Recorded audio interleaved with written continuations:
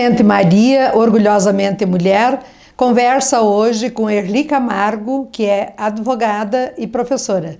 Tudo bem, Erli? Tudo bem, e você, Walter? Tudo bem. Depois de muitas jornadas, né? Então, Eis-nos aqui. Eis-nos aqui outra vez. É uma grande alegria e gratidão também. Obrigada. Igualmente, né? Tê-la aqui de novo. Erli, vamos recordar um pouco, para quem não sabe, né, que às vezes as pessoas me perguntam, devido às fotos que nós postamos na rede, sobre o ônibus Lilás. Como é que, conta um pouco para nós, assim, resumidamente, como é que é a história do ônibus Lilás? Isso, resumidamente, muito resumidamente mesmo, vou traçar o perfil, digamos, da política, né? A unidade móvel, que nós apelidamos de ônibus Lilás, né? Que foi uma doação do governo federal ao estado de Santa Catarina, isso em 2013, né? Aí ficou até 2016, julho de 2016 a gente soube que iria ser devolvida. Aliás, são duas unidades móveis, né? A que veio para cá agora é uma delas. Seriam devolvidas ao governo federal, né? Depois de 3 anos encostado? Depois de 3 anos encostado lá no centro administrativo do estado. Aí nós aqui em Lages, e quando eu falo nós, eu falo o Conselho da Mulher, o Conselho dos Direitos da Mulher de Lages, o CISAM Amores, na pessoa do Lauro e do Celênio Sartori, que foram os que nos apoiaram, né, nesse empreendimento, e todas as frentes que compõem o Conselho da Mulher, né? Inclusive na época a Secretaria da Assistência Social. Feito esse chamamento para a gente ter uma reação contrária à devolução, nós conseguimos elaborar um projeto piloto. Esse projeto piloto, então, teve a primeira rodada em 2016, ainda lá em novembro, dezembro, né, aqui em Lages, com as 2 unidades na região. E agora as duas percorreram praticamente todo o estado, passaram por todas as regiões e mais ou menos metade de todos os municípios do estado de Santa Catarina. Uhum. E nesse ano já estava agendado, inclusive lá em 2016 já estava agendado que viria outra vez para Lages e veio de fato, né? E foi assumida outra vez então pela equipe que à época se posicionou favorável e lutou para que não fosse devolvido. E mais gente ainda foi agregada. E agora com a criação da Secretaria de Política para a Mulher e Assuntos Comunitários em Lages, nós tivemos também o engajamento dessa secretaria, além da educação, além da saúde e além da própria assistência social, que anteriormente já tinha assumido por ela mesma, né? Isso. Eli, conte para nós, como é que esse ônibus funciona, na verdade? Então, é uma política de enfrentamento à violência contra as mulheres do campo, da floresta, das águas, indígenas e quilombolas. Faz parte do pacto, que agora já não está mais em vigor, porque o governo Temer extinguiu, né? O pacto venceu e ele não renovou, né? Do Pacto Nacional de Enfrentamento à Violência contra a Mulher.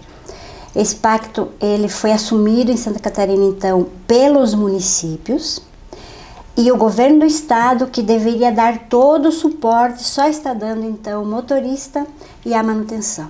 E ainda, essa semana, soubemos a notícia que a ADR de Campos Novos não assumiu, e aí os municípios da região de Campos Novos assumiram a parte que deveria ser da ADR assumir, que seria o motorista, né? E a manutenção do veículo, combustível e tal. Então, quem é que atende? Atende todas as mulheres do campo, né? Mas esse atende o que exatamente?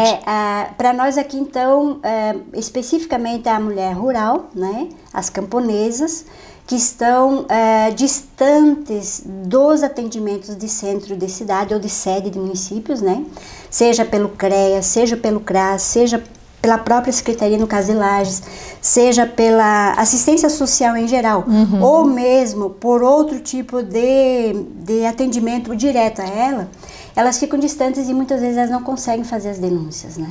Elas não conseguem buscar o apoio de forma efetiva e ter o acompanhamento. Então, eu imagino, só te interrompendo um pouquinho, eu imagino para nós aqui, no centro da cidade, que temos todos os esclarecimentos possíveis a respeito, né, da delegacia, de telefone e tal, muitas vezes nós deixamos de denunciar, deixamos de procurar, Imagina para quem mora na área rural, que não tem nem vizinho. Perfeitamente. Inclusive, em uma das comunidades que a gente descobriu que tem lá abandono de incapaz, mulheres, né, por doença, ou seja, estão incapacitadas de fazer as lides comuns de uma casa, né, e acaba sendo abandonada e maltratada pelo companheiro ou pelo marido. E também descobrimos cárcere privado, pasme. Aqui na região. Aqui na região. Porque Lages já esteve em primeiro lugar em violência, né? Pois então. E hoje se diz que Lages está em 17º. Nas nossas contas, esse cálculo está errado, né? Porque, inclusive, foi feita uma pesquisa, o GECAL da Uniplac fez uma pesquisa no sentido de apurar de onde saíram esses dados de que Lages saiu desse quadro sinistro, né? Que a gente estava muito preocupado em 2015, a partir do censo de 2012, né? E, de fato, a gente coloca em questionamento a realidade dessa nova estatística que está sendo veiculada, que para nós não mudou. Para nós, ainda Lages segue sendo a primeira cidade do estado e a 17ª no país, né? Está entre as mais cotadas, digamos, para que as políticas direcionadas à mulher sejam asseguradas, né? Então, fora o dado questionável, né, que está sendo anunciado, digamos, em tese oficial, né, nós continuamos ainda achando e tendo prova contrária, né, de que nós estamos ainda em primeiro lugar. É pouco tempo também para mudar tão drasticamente, né? Até para uma região que historicamente já é violenta, então, né? É aquela coisa, a história não se muda só porque resolveram colocar um dado diferente na estatística, né? Nós sabemos de fato que as mulheres na nossa região, em especial em Lages, têm denunciado mais, porque tem também uma história de diálogos, de embates com relação a isso. O próprio Conselho, desde 97, tem feito essa interlocução. Mas dizer daí que saiu do patamar mais alto de violência e agora está lá embaixo, não é verdade, né? A gente tem que ser realista, tem que colocar o pé no chão e dizer que isso não é verdade. Então, a princípio seria isso. A mulher que não está com acesso à política lá no seu município, a passagem da campanha permanente, que essa unidade faz parte da campanha permanente, por isso, como membro, né, da Marcha Mundial de Mulheres, que é a bandeira que a gente carrega, né, dentro do Fórum Estadual, que diz para onde vai, ajuda a coordenar junto com o Conselho Estadual dos Direitos da Mulher e com a Coordenadoria da Mulher do Estado, nós temos tido a possibilidade, então, de dialogar com essas mulheres. E interessante dizer, Valtair, e para quem está nos vendo também, que a participação das mulheres do campo, ela é mesclada muito fortemente com a participação de crianças, de adolescentes, de idosos, né? E que tem, digamos... Que também são violentados. Exatamente, as comunidades estão participando. E os municípios, em especial da região, eles mostraram uma força bem grande nesse sentido de mobilização. Tendo como exemplo a Palmeira, né, o município de Palmeira, que teve uma participação assim, muito efetiva da comunidade num dia muito chuvoso, inclusive, né, que a gente foi lá, estava lá o pessoal. Otacílio Costa também deu um bom exemplo de participação no interior, né? Lages não foi diferente, por exemplo, lá em Rancho de Tábuas. Então, o que a gente precisa mesmo é dizer, ó, a porta está aberta, a unidade móvel passa, mas ela tem que deixar um sinal. O sinal efetivo dessa política é que os municípios assumam o intervalo onde ela está fora, né? Sim. Porque esse assumir em parceria é muito importante. E acho que o destaque aqui na nossa região é porque o ônibus também ele não faz milagre, né? Quer dizer, a mulher vai lá, faz a denúncia, mas o ônibus vai embora. Exato. E além da denúncia, né, acho que é importante também ressaltar, que além da denúncia, todo município se mobiliza com todos os serviços. Certo. Das secretarias. Então daí tem o quê? Psicólogo. Psicólogo, assistente social, advogadas, né? Tivemos aqui a participação efetiva, inclusive, da OAB Mulher, né? Tivemos a participação do Ministério Público, né? Da assistência social da AMURES, que está para essa finalidade, digamos, liberado, né? Do Fórum do Fórum de Mulheres do Mercosul, da Marcha Mundial de Mulheres, das secretarias, principalmente da Assistência Social, Saúde e Educação, né? A EPAGRE participou, efetivamente, a UDESC participou com um grupo de pesquisa ali do doutorado, as meninas muito, né, apresentando projetos e trabalhando oficinas. Então nós tivemos assim uma mescla muito grande de parcerias, bem bacana. Dessa vez foi inclusive melhor do que a outra vez, porque teve mais participações, né? Palestras, rodas de conversa, jogos, toda uma dinâmica de oficinas, as ações muito diversificadas e que enriqueceu a política, ou seja, a mulher que foi lá, a família que foi lá, o estudante que participou, o professor, a professora, o idoso, quem fosse, né, que participou, eles tiveram a oportunidade de dialogar com vários profissionais e de um em um ter os serviços também disponíveis, né, ou disponibilizados, conhecer um pouquinho desses serviços.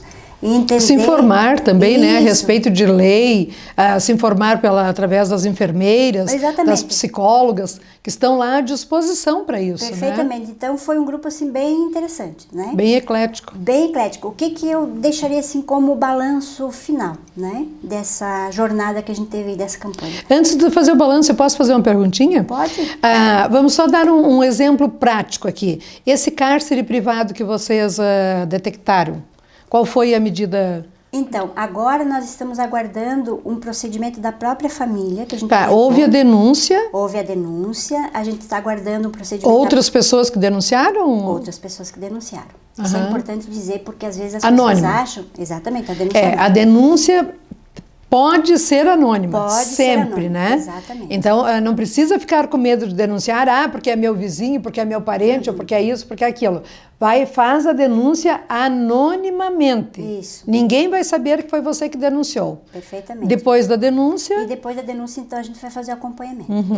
Essa parte é importante, porque a gente tem que ter toda uma cautela, porque tem uma família por trás que apoia o violador, que apoia o vitimizador. E isso a gente tem que ficar bem atento, porque se a própria família da vítima, né, que é uma mulher bem nova, 21 anos, uma menina, né, que está interpretado, né, como cárcere privado a situação dela, ela precisa de um apoio externo, cauteloso, para que a própria vida dela não esteja em risco, porque quem denunciou informou, inclusive, que tem muito medo que essa menina venha a se suicidar.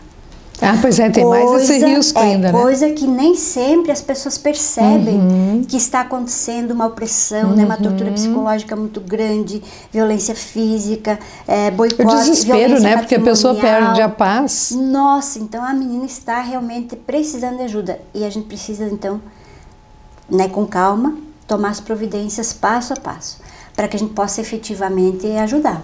Porque a gente está numa linha muito, muito tênue, né? Mas isso já não é considerado flagrante? É complicado a gente dizer assim, porque a própria vítima, ela não está conseguindo dizer exatamente o que está acontecendo com ela. Ela está fechada, e isso tem muito por aí. Então, o fato de a vítima ficar enclausurada, né? E ela, não é que ela não se considere vítima, ela já tomou consciência que ela está sendo realmente muito oprimida, né? Muito torturada psicologicamente. Mas, da parte agora dos profissionais, a abordagem tem que ser uma abordagem de transição, até ela poder sair do contexto, porque a flagrância propriamente dita, ela está muito, muito, muito diluída. Você não consegue caracterizar muito bem como é que para dar até porque a própria vítima pode, numa situação de desespero, dizer que tudo que está sendo feito não é verdade. Entendeu? Claro. Se voltar contra porque às vezes as pessoas dizem, mas se fosse eu, né? Se fosse eu, é uma coisa complicada, porque se fosse eu, eu não deixaria chegar a esse ponto. Sim. Né? Se fosse eu buscaria ajuda imediata ao primeiro sinal. Exato. Mas se fosse eu, informada. Né? Porque se eu sou que tenho todo um esclarecimento, que estou informada, Exatamente. que estou no recurso, que não estou sofrendo na pele as mesmas violações, né? Exatamente. E ainda assim, pessoas informadas, porque a violência doméstica, ela rastreia, né? Ela faz pente fino em todas as classes sociais. Exato. Então, e depois, Erli, também, eu acho que nesse caso não tem empatia. Exatamente. A empatia, eu acho que ela inexiste nesses casos, porque ninguém é capaz de imaginar o sofrimento dessa mulher.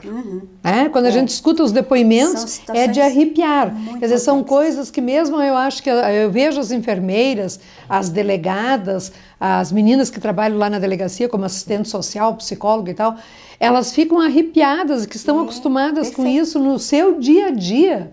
Então, quer dizer, eu acho que nesse caso não tem empatia. Eu concordo contigo. Porque é muito difícil. Então não dá para dizer, se fosse eu. Se fosse eu, você estava na mesma situação. É muito complexo. Muito complexo. É verdade. A gente já atendeu casos, por exemplo, de mulher que tem profissão, que tem dinheiro, que tem condição econômica tranquila, que tem casa própria, que tem tudo. Ou seja, a vida dela econômica está perfeita, mas sofre violência doméstica, tortura física. Tá? E pergunto para ela como é que ela fez para sair dessa. Não fez. Porque cada vez que acontecia de volta, acontecia o ciclo inteirinho. De volta até a lua de mel. E aí de volta, começava de novo. Então, muitos anos sofrendo. 12, 13 anos sofrendo aquela violação. E a pessoa acaba achando que de repente é até normal, porque o vitimizador a culpabiliza e ela admite que é culpada. Isso é muito sério. Então nós temos um grande desafio pela frente. Em vez de o homem assumir a sua culpa, ele joga de volta a culpa para a mulher, né? É o tipo da e coisa ela assim, acaba sendo convencida de que ela que é a culpada. Exatamente. Então, ou sair desse ciclo, né? Tipo, imagina assim um parquinho de criança onde aquela roda, né? A criança vai ali, se a roda vai de mais rápido, a criança pode saltar fora. Para saltar fora, ela pode se machucar, como pode um adulto amparar, né? Se ela cair num lugar saudável de apoio, muito que bem. Do contrário, ela pode se quebrar. Então, talvez seja essa comparação, né, um pouco boba, mas é uma comparação possível. Quer dizer, você vai indo naquele ciclo, vai indo, daqui a um pouco, como é que você vai sair daquela? Como é que vai parar essa roda de girar? Não, e também quando você está nesse círculo, também você tem que se proteger para não cair, porque na verdade a tua preocupação naquele momento é não cair. Não cair. Não é tomar uma providência de solução. Porque de se segurar. O cair ali significaria sair fora. Exato. E o sair fora pode ser uma queda brusca e Exato. pode ser uma situação bem difícil. Então, e aí vem também as ameaças, né? Meu Deus, ameaça é o que mais dá. Ameaça de perda de filhos. De vida. Ameaça a vida, eu te mato, isso, aquilo, é uma coisa muito comum, porque daí é verbal, a palavra, muitas vezes as mulheres não entendem como violência, né? Para chegar a entenderem-se como vítimas de violência doméstica, a maioria das mulheres entende a violência física. Então, nós estamos... É verdade, tu sabe que nós estávamos falando de violência sexual e muitas mulheres casadas diziam, isso é violência? Né? Ou seja, ela já conhecia e não sabia que ela estava sendo violentada. E acho que é importante dizer o recadinho para os homens, né? Eu gosto de dar um recadinho para os homens.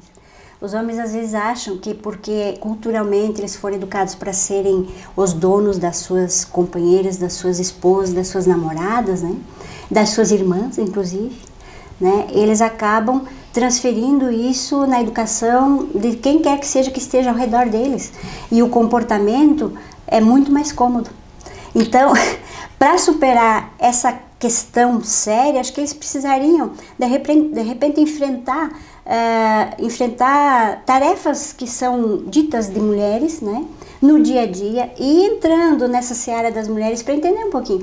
Porque de repente é muito fácil chegar em casa e ir pro sofá e assistir televisão, ler jornal. E para assumir a sua parte também, não só para entender as mulheres, mas para assumir a sua parte então, também, né? E aí vem a compreensão de que ele também é responsável pela família, pela casa, pela roupa, pelo cachorro, pela comida, pela educação dos filhos. Cama. Exatamente. Então, toda essa nova dimensão que se traz hoje, né, de convívio conjugal, convívio marital, convívio afetivo, seja homoafetivo ou não, né, o hétero, independente de se é mulher-mulher, homem-homem ou família, entre aspas, chamada normal, né, essa nova forma de convívio interno, ela nos obriga a ter uma visão diferenciada do que eram os nossos pais e nossos avós.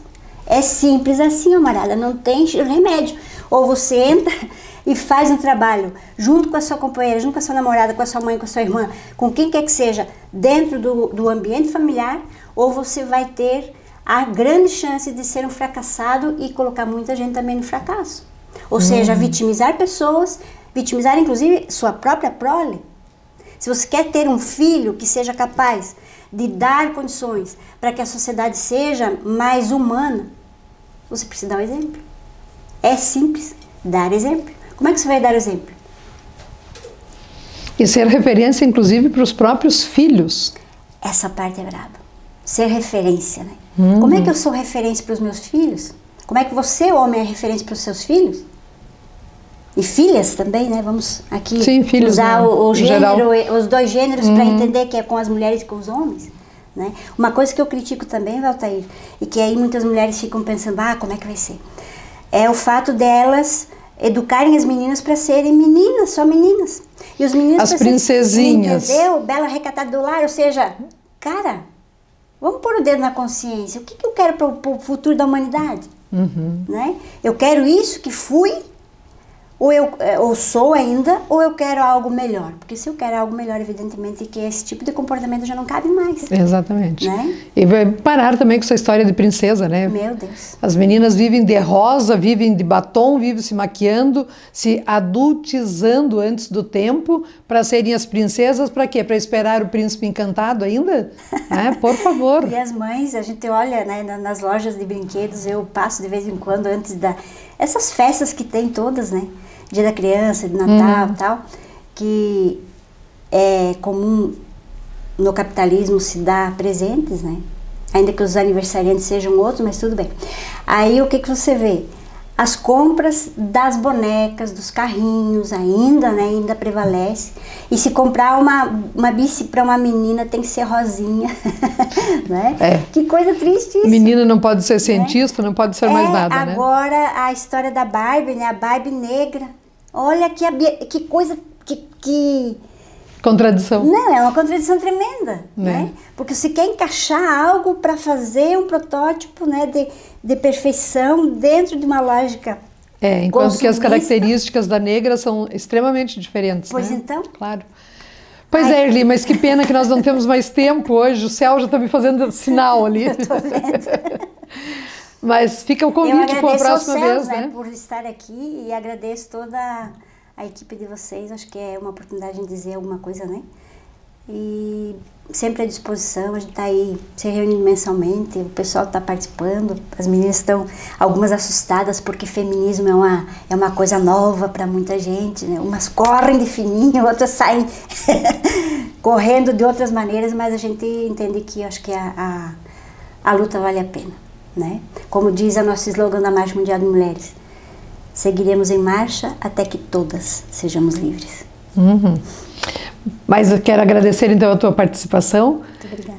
Um abraço bem grande. E para você que esteve conosco, um grande beijo e até a próxima semana. Estamos encerrando Simplesmente Maria, Orgulhosamente Mulher.